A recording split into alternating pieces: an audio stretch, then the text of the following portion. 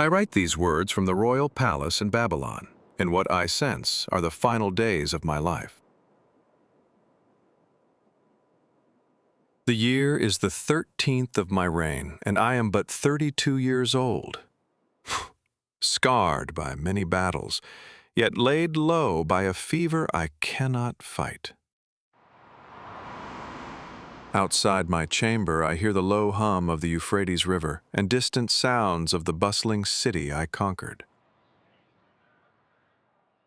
The air is thick with the scent of incense and desert spice, meant to soothe the illness burning within me. By the flickering light of an oil lamp I dip my quill in ink. My hand, once steady on the reins of Bucephalus and the hilts of swords, now trembles. How ironic!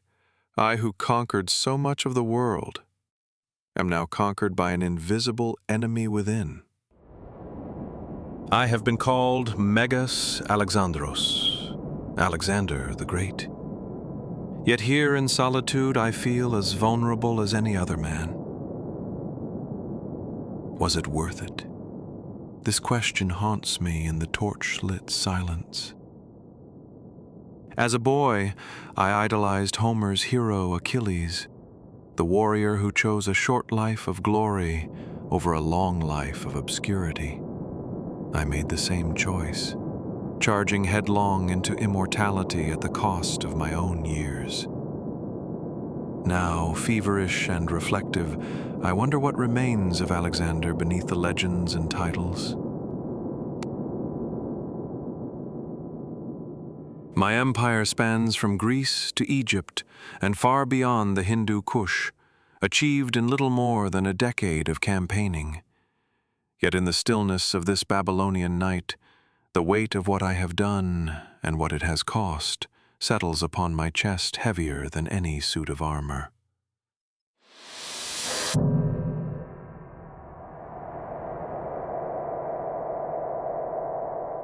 I think of those who journeyed with me, friends, lovers, soldiers, many now ghosts.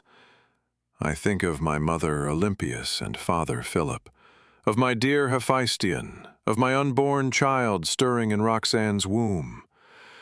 All the triumphs and tragedies of my life swirl in my mind. Before death closes my eyes, I feel compelled to set the record straight and confront the truth of my life. The ambitions that drove me, the blood spilled in my name, the doubts that gnaw at my soul, and the legacy I leave for those who come after. This memoir is my final campaign, an honest reckoning by Alexander, a man as much as a legend. For something big. I was born in the summer of 356 BC in Pella, the capital of Macedon. They say the night I entered this world, the temple of Artemis burned down far away in Ephesus, a curious omen that people later linked to my birth, as if the gods themselves attended to me instead of their temples.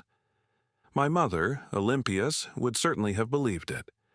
She was a proud princess of Epirus, descended, so I was told, from Achilles himself. From the cradle, Mother filled my ears with tales of heroes and destiny. She even insisted that I was the son of Zeus and not merely of King Philip II, my mortal father.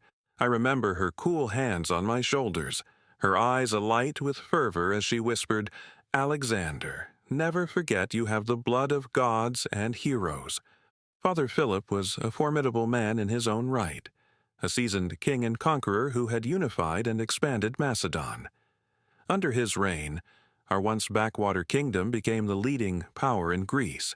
He was a towering figure to me, one I admired and hungered to impress, yet also a source of occasional fear. The household was tumultuous.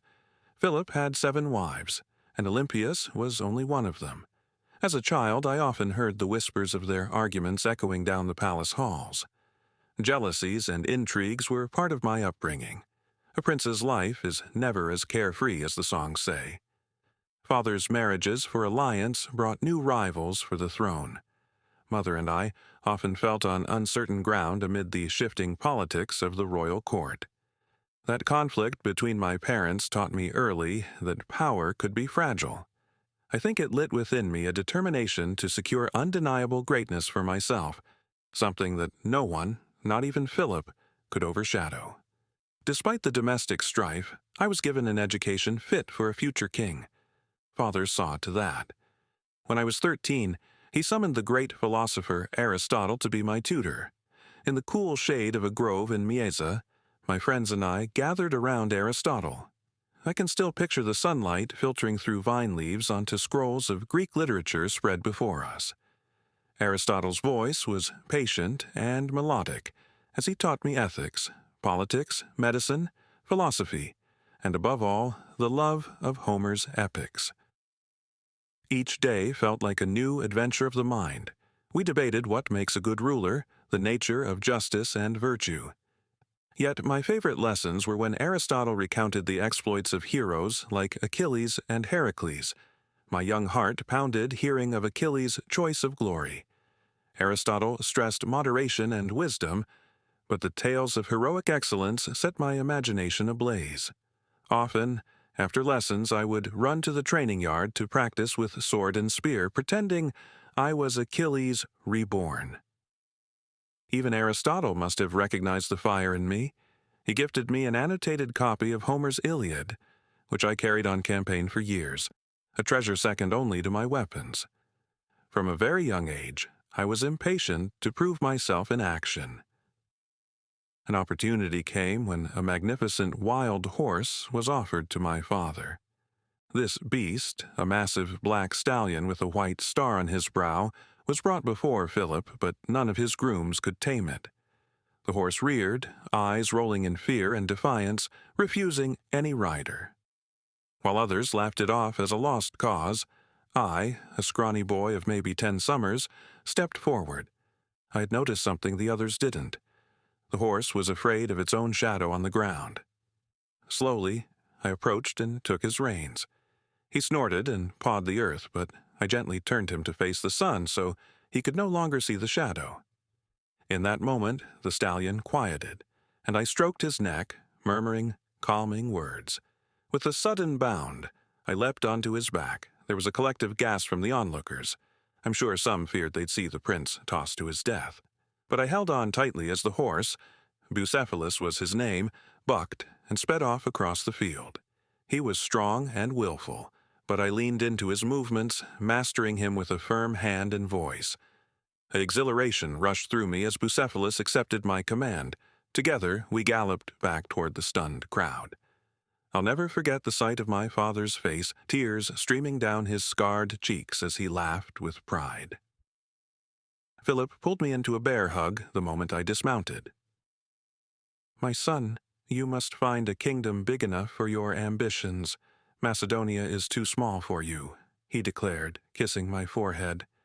In that instant, hearing those prophetic words, I knew I was destined for something far greater than a provincial crown.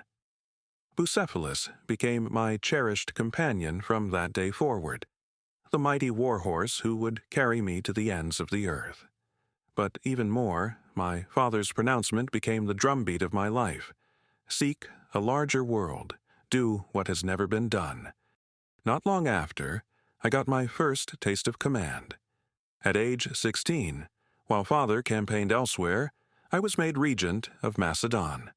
Barely a boy and already entrusted to rule in Philip's stead. When a tribe in the north, the Maedi, revolted, I did not hesitate to lead the army against them. The clash was brief and victorious, my first conquest. In pride, I founded a new city on their territory and named it Alexandropolis, literally stamping my name on my victory. 2 years later, at 18, I joined father in a far greater battle. Cheronea in Greece. The Greek city-states of Athens and Thebes had risen against Macedonian influence, and Philip marched to subdue them. Amid the dust of that August battlefield, I commanded the left wing of our cavalry. Adrenaline coursed through me as I charged with my men, the sun glinting on our spears and the enemy's shields. It was at Cheronea that I reputedly smashed the elite sacred band of Thebes 300 warriors famed for their valor, nearly to the last man. The sight was grim and awe-inspiring. Heaps of brave enemies fallen before our phalanx and cavalry onslaught. Father won the day decisively. As the Athenians fled and Thebans were cut down, Philip watched me with approval. I had proven myself in the fire of battle. That night, among the campfires, I could hear Macedonian soldiers murmuring that the young prince fought like a lion. I was elated. Achilles had his Trojan War. I had Chaeronea. My legend had begun in blood and iron. King of Macedon. In my father's shadow no more. Only 1 year after Chaeronea, tragedy and destiny intertwined. In 336 BC, during a grand festival and wedding celebration, my father Philip was assassinated. I remember the moment with terrible clarity. One instant, Philip was processing into a theater full of cheering crowds, bedecked in his finest, basking in the adoration as Greece's conqueror, and the next, chaos. A man lunged from the shadows and stabbed Philip with a dagger before anyone could react. My father fell mortally wounded. The assassin, one of his own bodyguards named Pausanias, tried to flee and was cut down by our shocked companions. I stood frozen as my father, the invincible king, bled out on the stones, eyes wide in disbelief. He died there without a final word to me. I was 20 years old, suddenly king of Macedon, and the weight of Philip's unfinished ambitions fell upon my shoulders. The hours and days after Philip's death were a blur of danger and decisiveness. In Macedon, as in any monarchy, a king's death is the moment when rivals and traitors slither out. Many eyes turned to me, some filled with hope, others with calculation. I knew that securing my throne required swift and ruthless action. My father had wives besides Olympias, and children besides me. There were nobles who might claim the throne or break the unity of the kingdom. I moved quickly with cold resolve I didn't know I possessed until it was needed. Those who threatened my position were eliminated. Mother saw to some of it even before I did. In her fierce love for me and hatred for Philip's other wife, she allegedly had Philip's young new bride and infant son killed. I gave orders to execute other potential claimants and conspirators. It was a grim business, but I understood it was either them or me. I chose me. In a matter of weeks, I had secured the allegiance of the Macedonian army and nobility. The crown of Macedon rested firmly on my head, still stained with the blood of palace intrigue. I was determined. No one would take my destiny away now that it was finally in my grasp. Yet my ascension sparked fires beyond Macedon. When news of Philip's assassination reached the far corners of Greece, some city-states saw an opportunity to break free from Macedonian hegemony. In Thebes, old enemies of my family, a rumor spread that Alexander was dead or weak, and they revolted. I could not allow Greece to slip away. If I did, I would never be able to launch the grand campaign east that both Philip and I had dreamed of. So I acted with the same swiftness I had at home. I marched our army south at lightning speed, covering hundreds of miles in a few short weeks. The Thebans were stunned when I appeared outside their city walls so soon. They had convinced themselves the upstart boy would hesitate, or that I was not truly coming. How wrong they were. At the gates of Thebes, I gave them a chance. Surrender the leaders of the rebellion and spare your city. Stubbornly, pridefully, they refused, even demanded my own generals as hostages in exchange. So the die was cast. We assaulted Thebes. The fighting was fierce, street by street, house by house. The roar of Macedonian phalanx and cavalry was met with the desperate cries of Thebans defending their homes. My blood was up. I remembered how Thebes had treated us before Chaeronea and their current treachery. When at last the city fell, I allowed no mercy. The city that had once birthed heroes like Heracles was put to the sword and torch. Historians will debate my decision, but I know what I did and why. I needed to send a message to all of Greece about the cost of rebellion. The result was horrifying. Over 6,000 Thebans were killed, cut down in the battle, and ensuing slaughter, and some 30,000 survivors were sold into slavery. Only the temples and the house of the poet Pindar were spared from destruction, a token gesture to show that the gods and culture would be respected even if traitors were not. As I watched Thebes burn, an acrid smoke filled the sky, and the wails of women and children carried on the wind. A knot formed in my stomach. It was the first time I truly felt the burden of absolute power. I had won Greece's submission. City after city rushed to repledge loyalty out of fear. But in doing so, I had destroyed a renowned city of the Hellenic world. In quieter moments since, I've wondered if the price was too high, if there had been another way. But at 20, freshly made king, I believed iron and terror were the tools necessity demanded. And indeed, Greece remained quiet after Thebes. My rear was secured.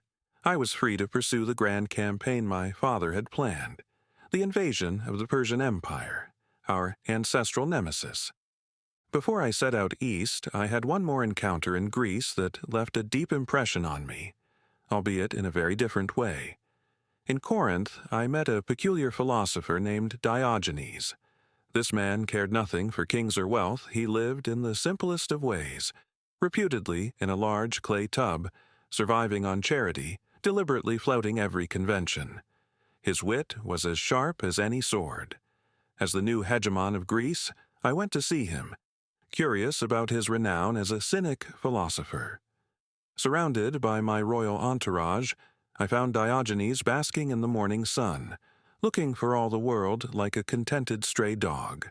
I greeted him and asked if there was any favor I, the great King Alexander, could do for him.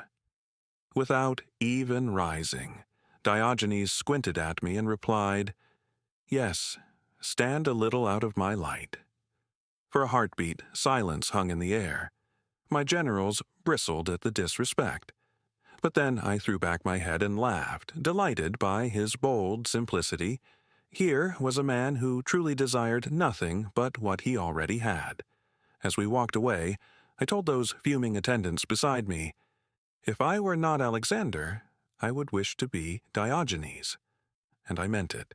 That ragged philosopher taught me in his brief way that power and riches are not the only measures of a man's greatness. It was a lesson I valued, even if I did not yet fully understand how I might one day feel its truth. Thus, with Greece cowed and my Macedonian throne secure, I turned my gaze toward Asia, toward Persia, the vast empire that had loomed large over Greek history for generations. Father had planned to invade Persia as revenge for their ancient invasions of Greece and as fulfillment of his own glory. Now it fell to me to carry that torch. I declared to the assembled Macedonians and Greek allies that we would launch a grand expedition against King Darius III's Persian Empire. We sought not just revenge, but glory, wealth, and empire. In the spring of 334 BC, I set out from Macedon, leaving my homeland and my mother behind. I would never see Macedon again, a thought that gives me pain as I write this.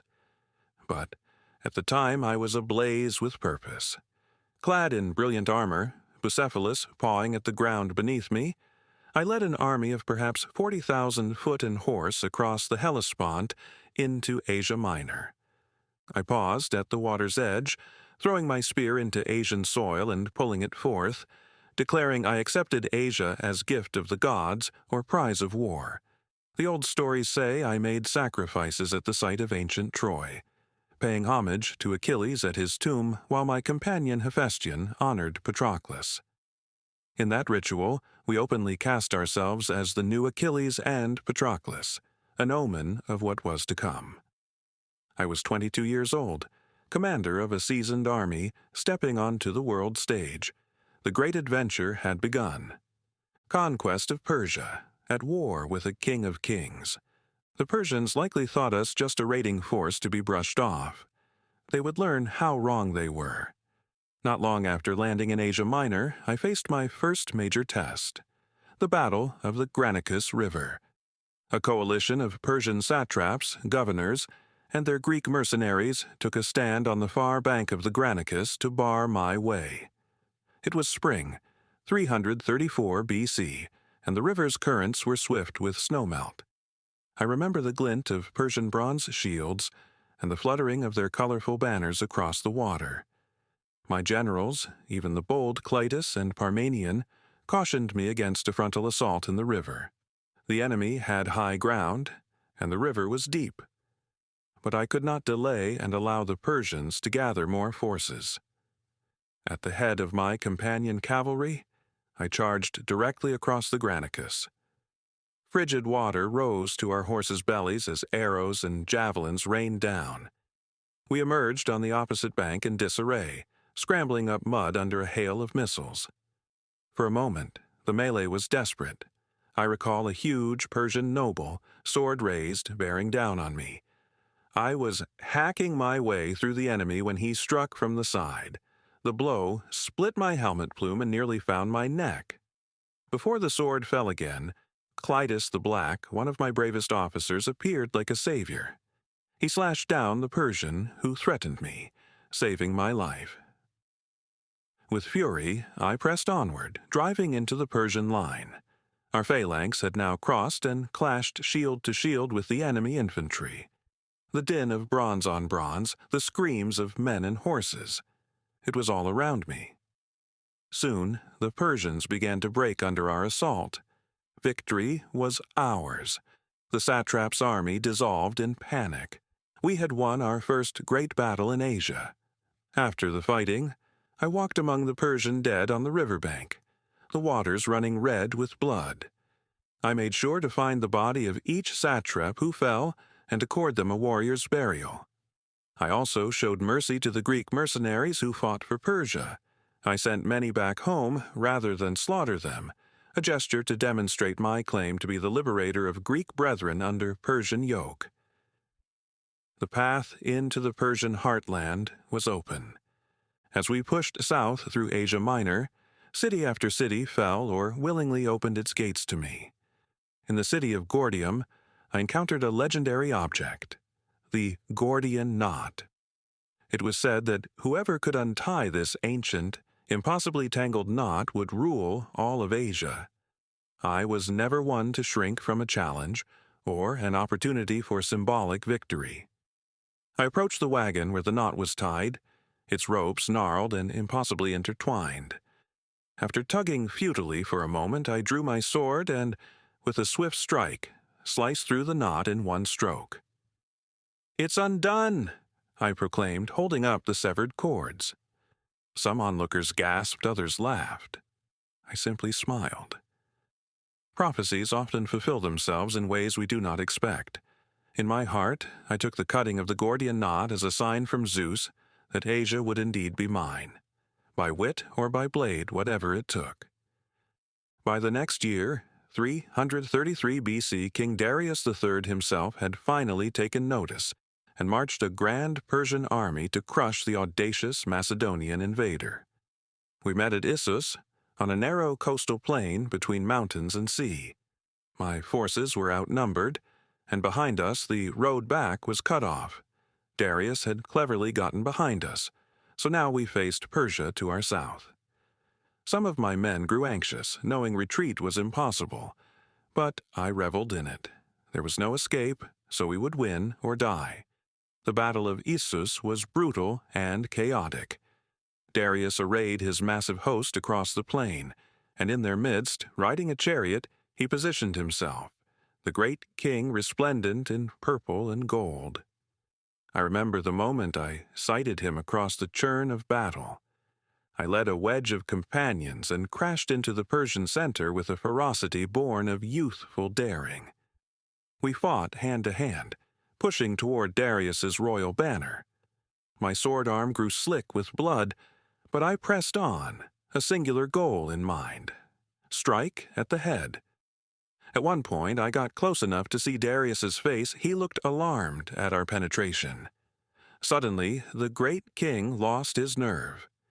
Darius turned his chariot and fled, leaving his army to disintegrate. The Persian lines collapsed once their king bolted. Tens of thousands were slaughtered or captured as the rest ran. In Darius's abandoned war camp, amidst silken tents and immense riches, we found an unexpected prize. Darius's own family, his mother, wife, and children, had been left behind in the panic. I encountered the Persian royal women trembling and weeping, having torn their garments in despair. They assumed I would kill or enslave them. Instead, I did something that won me repute for honor. I knelt before Darius's aged mother and raised her up, assuring her she would come to no harm under my protection. Once, a miscommunication occurred. The queen mother mistook my tall, handsome friend Hephaestion for me.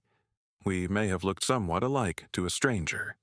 She pleaded to him, thinking he was Alexander, and when she realized her error, she was mortified.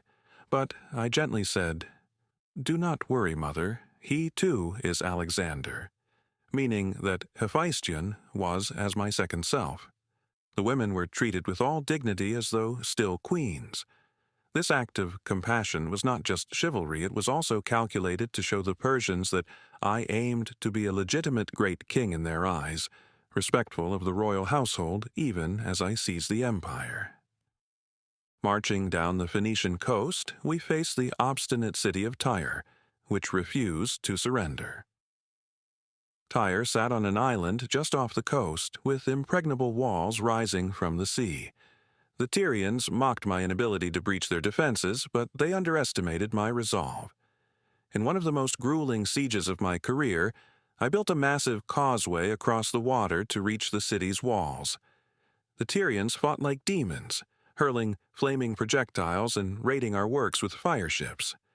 At one point, they even destroyed a section of our mole, the land bridge, and we had to rebuild. The siege took 7 long months. I became furious at the delay. My temper flared often in those days whenever fate defied me. Ultimately, with a fleet's help and relentless assault, we breached Tyre's walls in 332 BC and stormed in. Our pent-up wrath was terrible. Tyre was sacked without mercy. Thousands of Tyrians were slaughtered, and the survivors sold into slavery as punishment for their defiance. It was another harsh lesson to the world that Alexander does not turn back. Gazing at the smoking ruins and the heaps of the dead, I felt satisfaction that the obstacle was overcome, but also a twinge of sorrow. By destroying Tyre, I had carved a bloody path to my goal, yet I wondered if I was becoming like the Persian despots we despised. Still, I steeled myself. These were necessary cruelties, I thought, to achieve a grand purpose. Continuing south, I took Gaza after a brave resistance. The defender, a Persian eunuch, fought valiantly, and legend says I dragged him by a chariot, emulating Achilles with Hector, an ugly deed if true. With the Levant secured, I entered Egypt. Remarkably, the Egyptians welcomed me as a liberator. They loathed Persian rule and saw me as a savior who freed them. In Memphis, I sacrificed to Apis, the sacred bull, ingratiating myself with Egyptian religion. The priests there dubbed me Son of Amun, their chief god.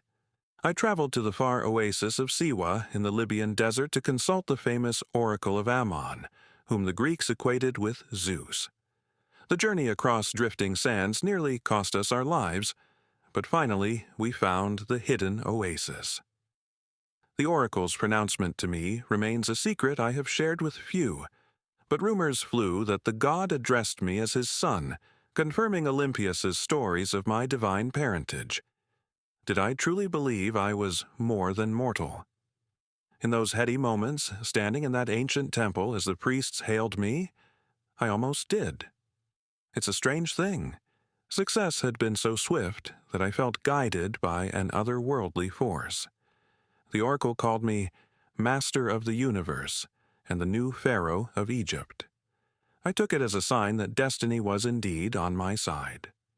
Before leaving Egypt, I founded a new city at the Nile's mouth in 331 BC and modestly named it Alexandria.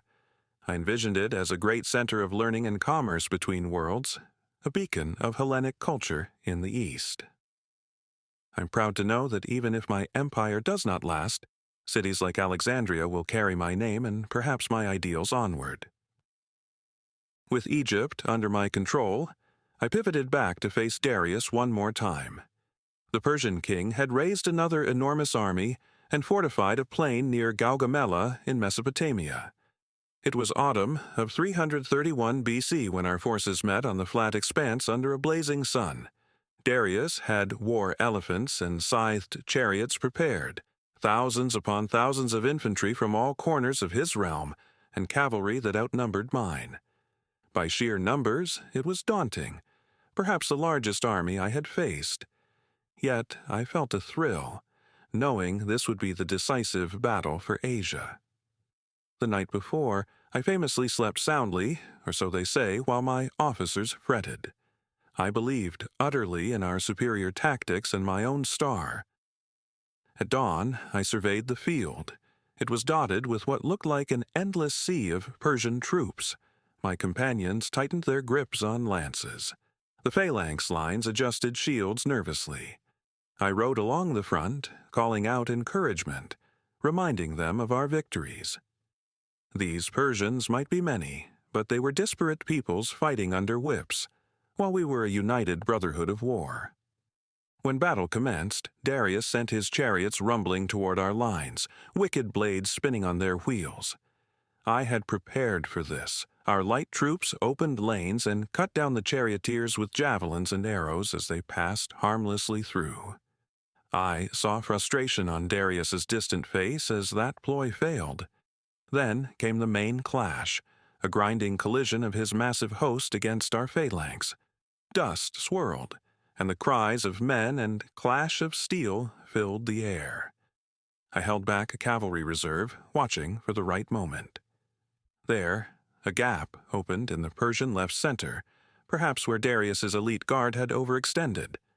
I seized the moment. "Companions with me for glory!" I shouted, and we thundered forward in a wedge aimed straight at Darius's royal banner. Like a bolt of Zeus's lightning, we struck, piercing into the heart of the Persian line. I carved through astonished Persian nobles. My lance broke, and I drew my sword and slashed onward. Around me, my companions fought ferociously, and I lost sight of many in the frenzy.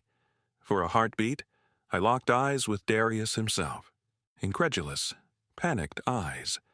And he lost courage once more. The great king fled a second time from the field, turning his chariot and spurring his horses away even as his army still fought. Gaugamela was won by that flight. The Persian formations crumbled in shock that their king had abandoned them. By dusk, the once mighty Persian army was a ruin in flight and slaughter. That night, amid the enemy corpses and discarded shields, my men hailed me as King of Asia. Indeed, after Gaugamela, I assumed the title Great King of Persia. I had toppled Darius in all but name. Marching unopposed, I entered the Persian capitals, Babylon, Susa, and Persepolis. Babylon welcomed me lavishly. I made a ceremonial entry and took seat on the golden throne of Nebuchadnezzar. I declared that the tyrant Darius had been overthrown and that I came as liberator and rightful king. In Susa and Persepolis, the accumulated wealth of 2 centuries of empire fell into my hands. Never had Greeks seen such riches. Endless talents of gold, jewel-encrusted furniture, exotically carved thrones. My men were astonished at the treasure houses. It was as if we opened the vaults of legend. Yet among these riches, a darker impulse stirred in my army. Some remembered that a century and a half ago, Persian King Xerxes had burned the temples of Athens. A thirst for revenge kindled, fanned by wine and victory. One fateful night in Persepolis, as we feasted amid the marble halls of the Persian palace, a courtesan, some say it was Thais of Athens, suggested a fiery tribute to Greece. In our cups and triumph, we agreed. Torches were lit, and we dashed like madmen through the great halls, igniting curtains and tapestries. Flames caught and spread eagerly, soon beyond control. I stepped outside to see the palace of Xerxes ablaze, a pillar of fire reaching toward the sky. In that drunken moment, I laughed and cheered with the others at avenging Athens. But, as the fire roared, a sobriety washed over me. I realized we were destroying one of the crowning jewels of our new empire. By the time I ordered the flames doused, it was far too late. The palaces of Persepolis burned to the ground, their gold and cedar and art blackened embers. I stood amid the charred ruins at dawn, hot ash on the wind, my triumph tinged with regret. I had destroyed what I now claimed as mine. For a man who sought to unite cultures, it felt like a betrayal of my own aims. That was the beginning of a question that grew within me. Was I conquering an empire, or destroying it? With Persepolis fallen, the Persian Empire was effectively mine, yet King Darius III still lived, having fled eastward to raise yet another army. I could not allow any challenge to linger, so I pursued him across the mountains and arid plains of Media and Parthia. Months of chase, through heat and cold, until in the summer of 330 BC, news came. Darius had been betrayed and killed by his own satrap Bessus. I found Darius's royal wagon abandoned by a roadside. Inside, the deposed king lay pierced by javelins, left to die by treachery. He clung to life just long enough to speak a few broken words when my scouts arrived, reportedly thanking me for treating his family with kindness and perhaps asking mercy for his betrayer. I was furious that Bessus, a mere provincial governor, dared to murder the King of Kings, my prize to capture. I took Darius's blood-stained cloak and later sent it back to his mother as a gesture of respect. We gave Darius a proper burial in the royal tombs as I assumed the mantle of his legacy fully. As for Bessus, who crowned himself king in the eastern provinces, I swore he would face justice. To the ends of the earth. Ambition and overreach. Having conquered the core of Persia, many of my Macedonian officers expected we would turn back west, laden with glory and loot, to enjoy our triumph. But I was only 25 years old, and the fire of ambition still burned brightly. Persia's eastern frontiers beckoned me, lands barely known to Greeks, full of further challenge. Darius's death did not halt me. In fact, it spurred me to push on. If I stopped now, what was I? Merely the inheritor of Philip's and Darius's realms. But if I pressed east, I could forge something entirely new, and perhaps find the very edge of the world. So onward we marched, into the wildlands of Bactria and Sogdiana, in today's Central Asia.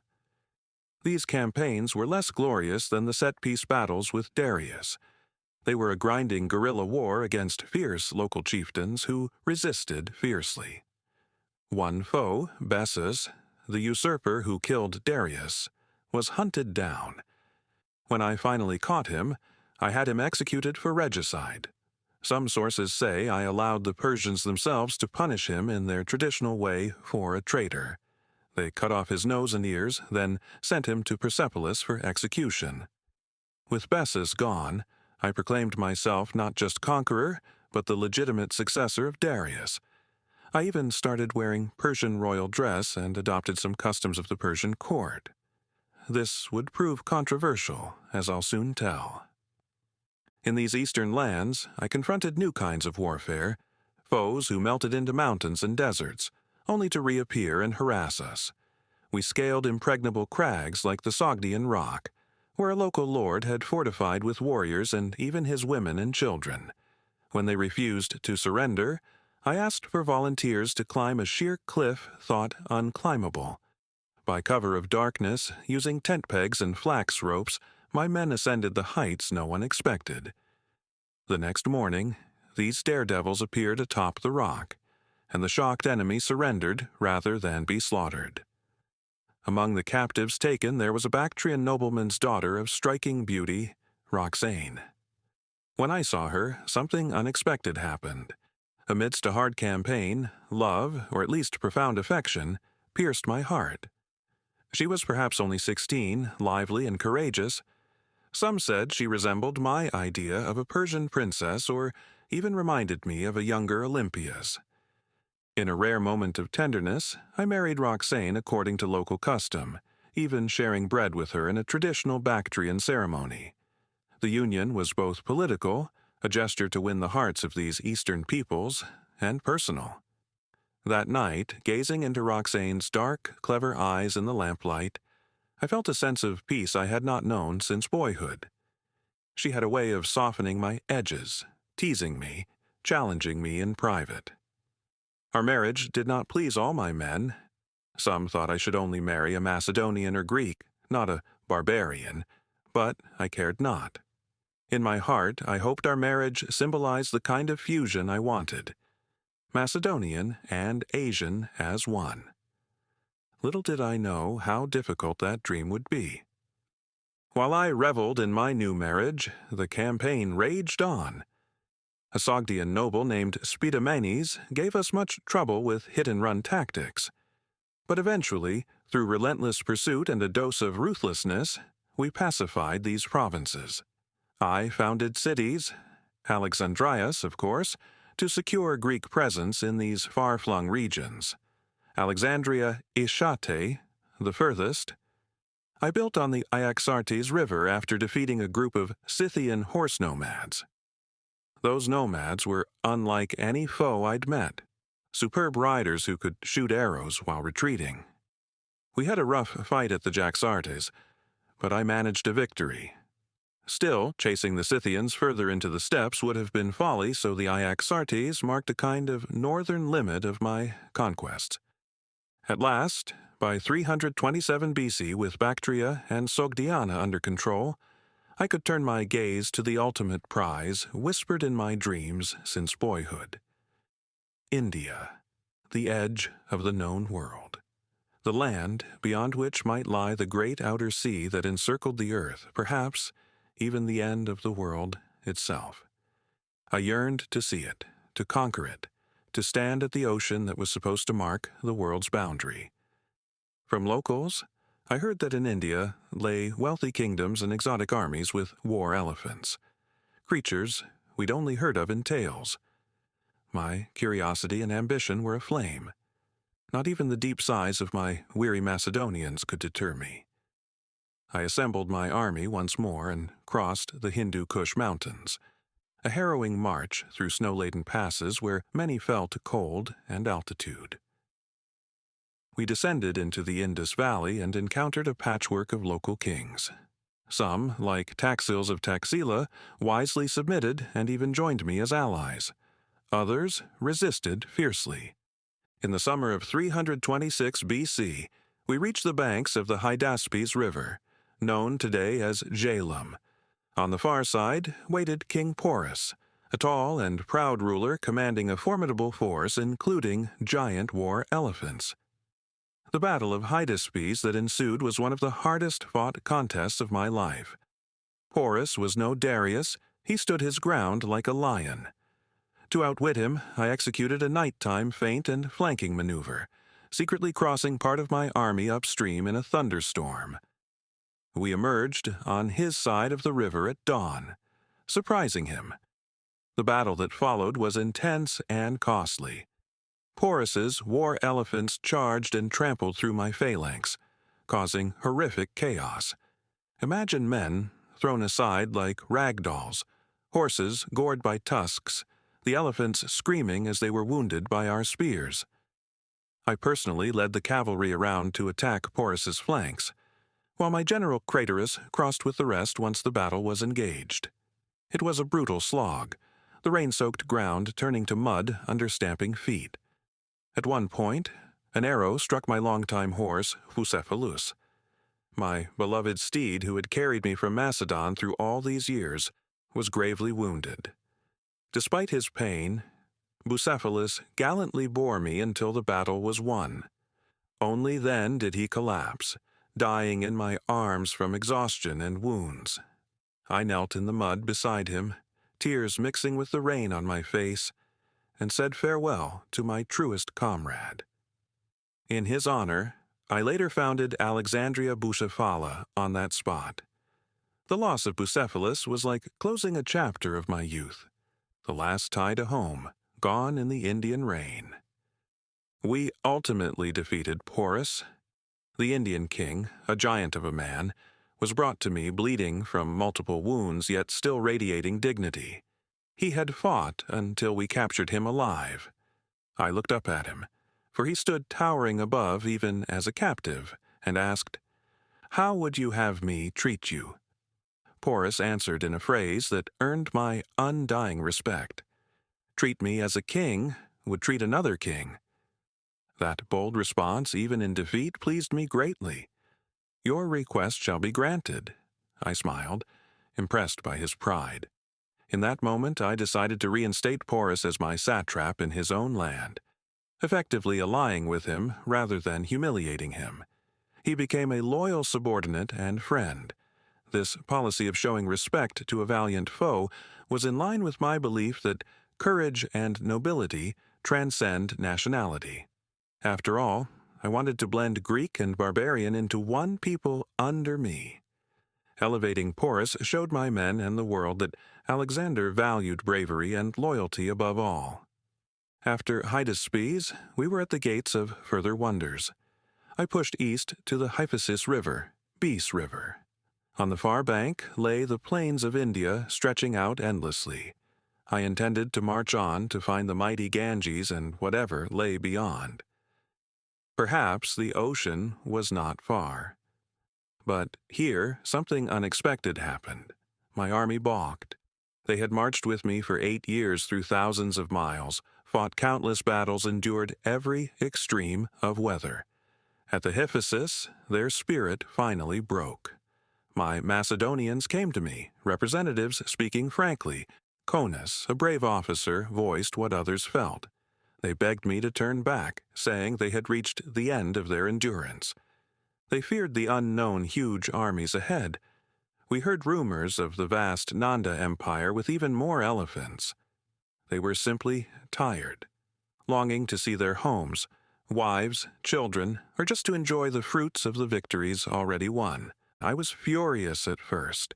I harangued them for their faint-heartedness. Was this how they honored all our hardships and successes?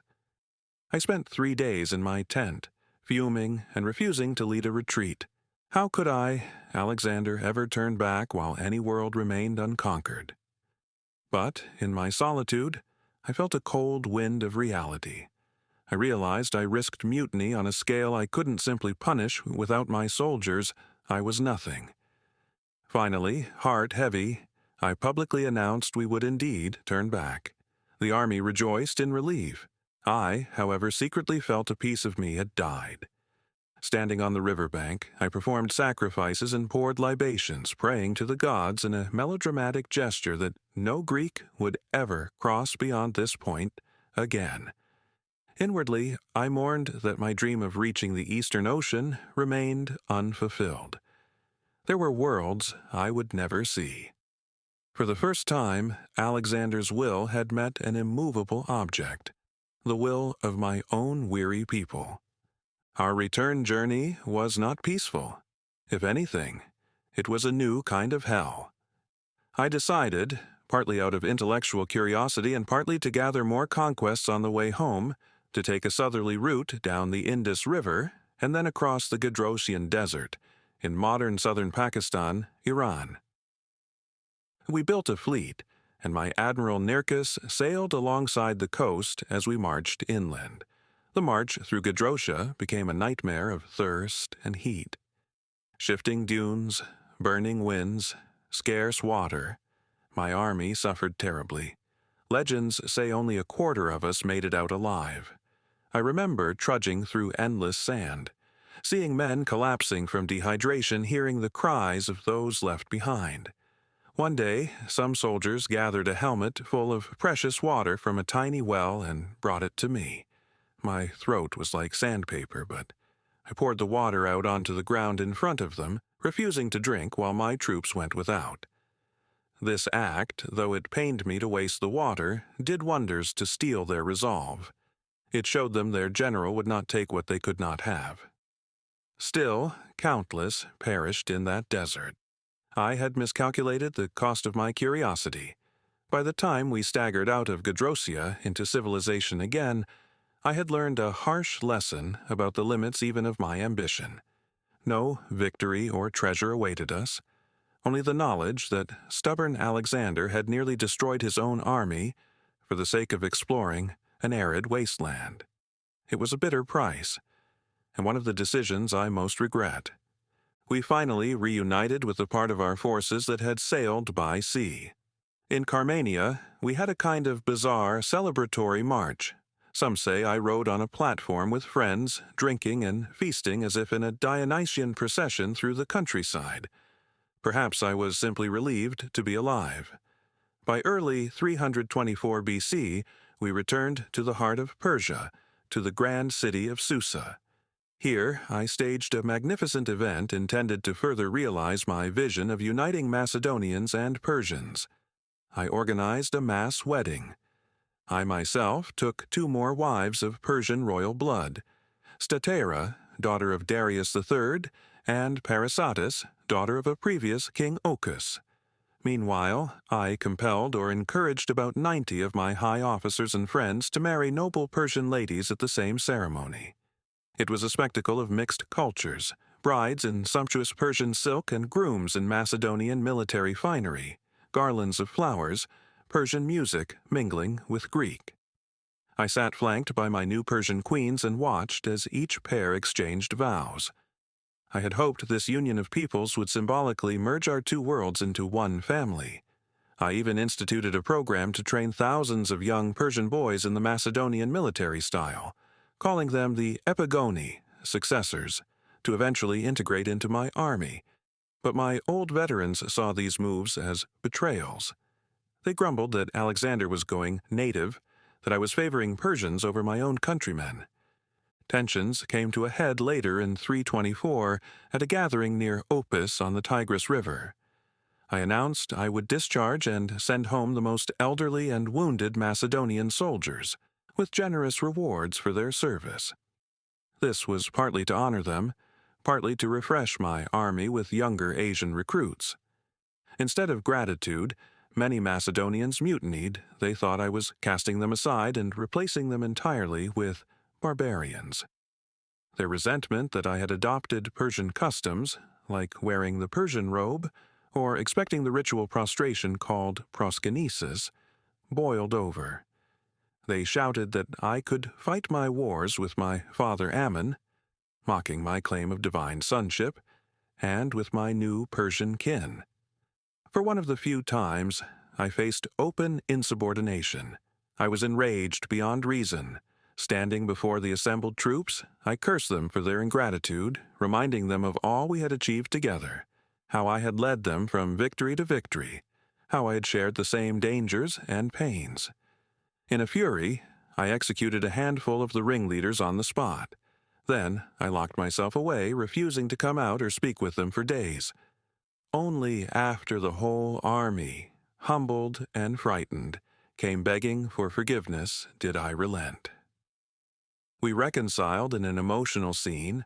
I held a great banquet praying for harmony between Macedonian and Persian, and we all dined together, tears flowing alongside wine.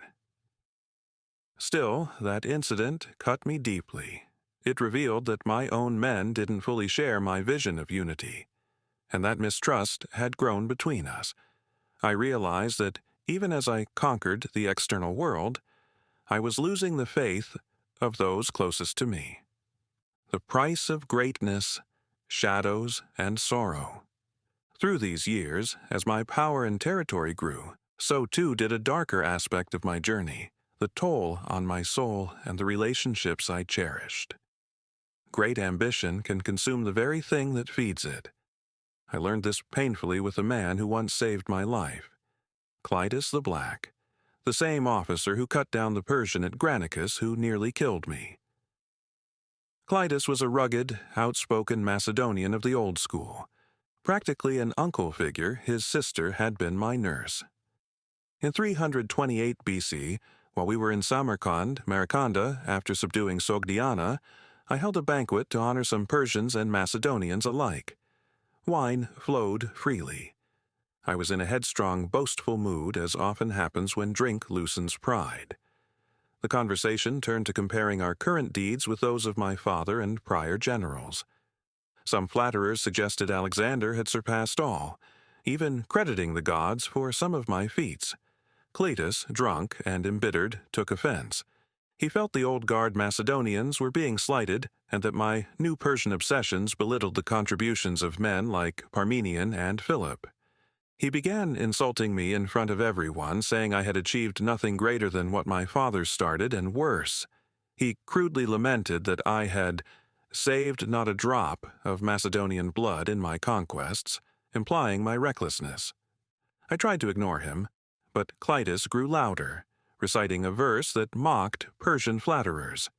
He even raised a toast invoking Philip, dismissing the notion of my divinity by sneering that I was no better than a mere mortal. My temper, already volatile with wine, erupted. We shouted at each other, faces red. I felt a burning humiliation that this man, in front of guests, was undermining my honor and authority. As he went on, rage blinded me. Suddenly, before any could stop me, I snatched a spear from a guard and thrust it through Cleitus's heart. He hadn't expected I'd actually do it. His eyes went wide with shock as he fell, blood staining the floor. In an instant, the room fell silent in horror. The wine fog cleared, and what I had done came into sharp focus. I had killed a man who was like kin, a friend who had saved my life, all over a drunken quarrel. The realization was like ice in my veins. Overcome with remorse and self-loathing, I pulled the spear out and tried to turn it on myself. Yes, Alexander the Great, conqueror of the world, tried to kill himself over the guilt of slaying Cleitus. My companions wrestled the weapon away and restrained me as I collapsed, sobbing. For days I took no food or drink, crying out Cleitus's name, cursing my own anger. I kept seeing his face, angry, then astonished, then lifeless. This was perhaps my first intimate encounter with the monster lurking in me. Unchecked pride and rage. Though my flatterers later tried to spin it otherwise, I could never fully wash the blood of Cleitus from my conscience. Even now, years later, I still hear his stinging words, and wonder if he was right. That I had begun to lose myself and betray the best of Macedonia in trying to become a Persian king. Cleitus's death stands as a scar on my soul, a warning of how power can corrupt judgment. Not long after, another conspiracy struck, testing my principles. My old tutor Aristotle's nephew, Callisthenes, had joined our campaign as a historian. He, along with some pages, young noble Macedonian boys, were implicated in a plot to kill me, supposedly because Callisthenes openly criticized my adoption of Persian customs like proskynesis. He refused to bow and kiss my feet as some Persians did. Whether he truly plotted or not remains hazy, but I, increasingly paranoid about loyalty, allowed those involved to be punished severely. Callisthenes was arrested and later died in captivity. Some say I personally oversaw torture of the pages. The truth is, I was heartbroken that even youths I took under my wing could hatch schemes against me. It made me more distrustful and isolated. My relationship with Parmenion, my second-in-command from the start and one of Philip's top generals, also ended in tragedy. In 330 BC, I discovered, or was told, that Parmenion's son, Philotas, had failed to report a supposed conspiracy against me and perhaps was involved. After a tense trial where my younger generals accused Philotas of treason, I had Philotas executed. Knowing Parmenion might react, or was possibly part of the plot, or fearing his wrath for his son's death, I sent secret orders and had Parmenion, a man who had served me and my father for decades, assassinated in Media. It was a cruel necessity in my mind at the time. But ordering the killing of someone who'd been like a fatherly mentor hurt me deeply. These incidents accumulated like stones on my heart, each a compromise of the ideals of loyalty and honor I once held high. With each one, I could sense an invisible line. Alexander the noble king fading, and Alexander the ruthless Eastern despot emerging. It was a transformation I fought internally, always insisting I acted for the good of the expedition and the future, but nights like this in Babylon, I wonder if I lost too much of myself along the way. Amidst these grim events, one constant light in my life was my dearest friend, some would say my soul's brother, Hephaestion. He had been with me since childhood, tutored alongside me under Aristotle. Many thought us inseparable. He understood me like no one else. We shared the grand vision for this journey, and he often tempered my moods with gentle counsel.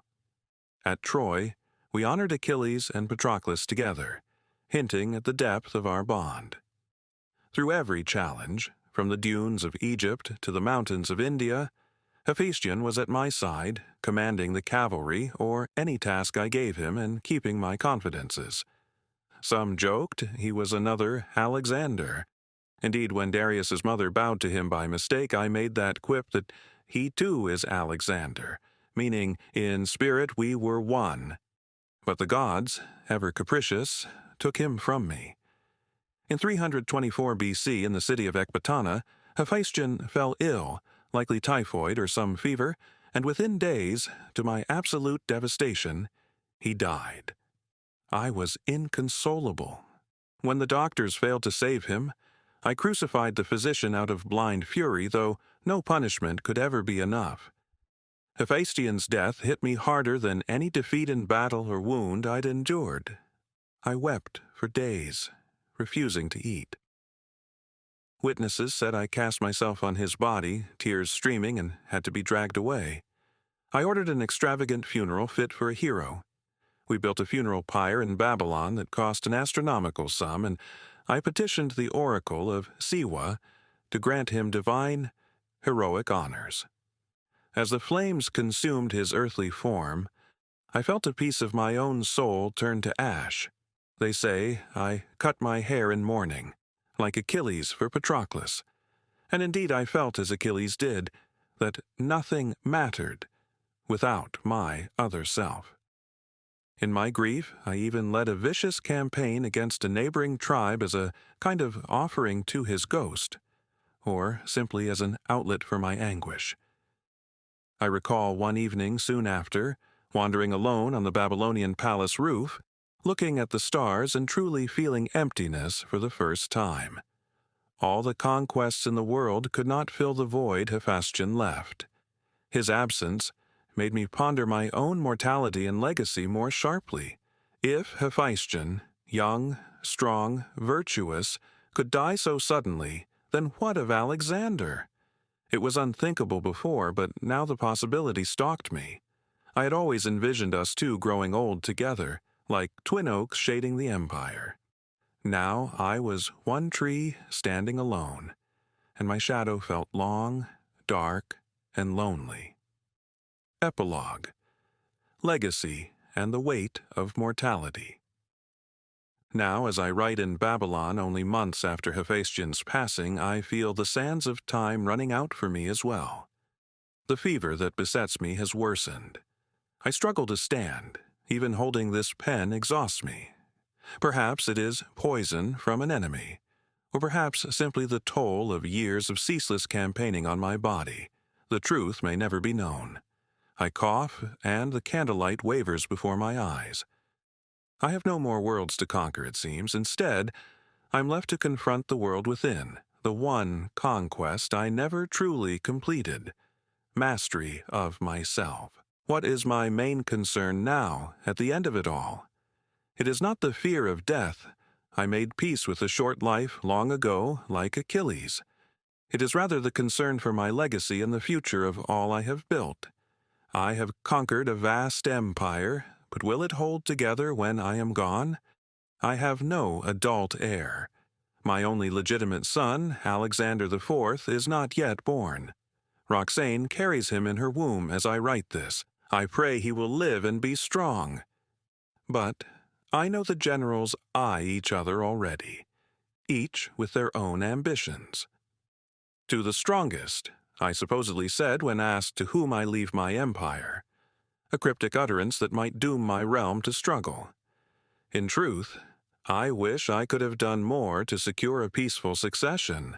Perhaps that is one of my great regrets, that I did not prepare someone to carry on after me. In chasing glory to the ends of the earth, I neglected the practical need to govern and organize these vast new territories.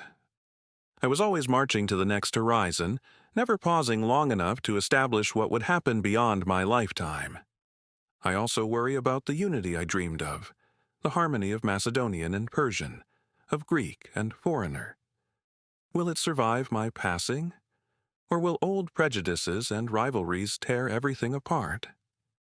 I tried to set an example by marrying Persian royalty, by taking up Persian customs, by honoring the gods of all peoples. But many of my countrymen resented these changes, and many Persians likely still saw me as a foreign conqueror despite my efforts.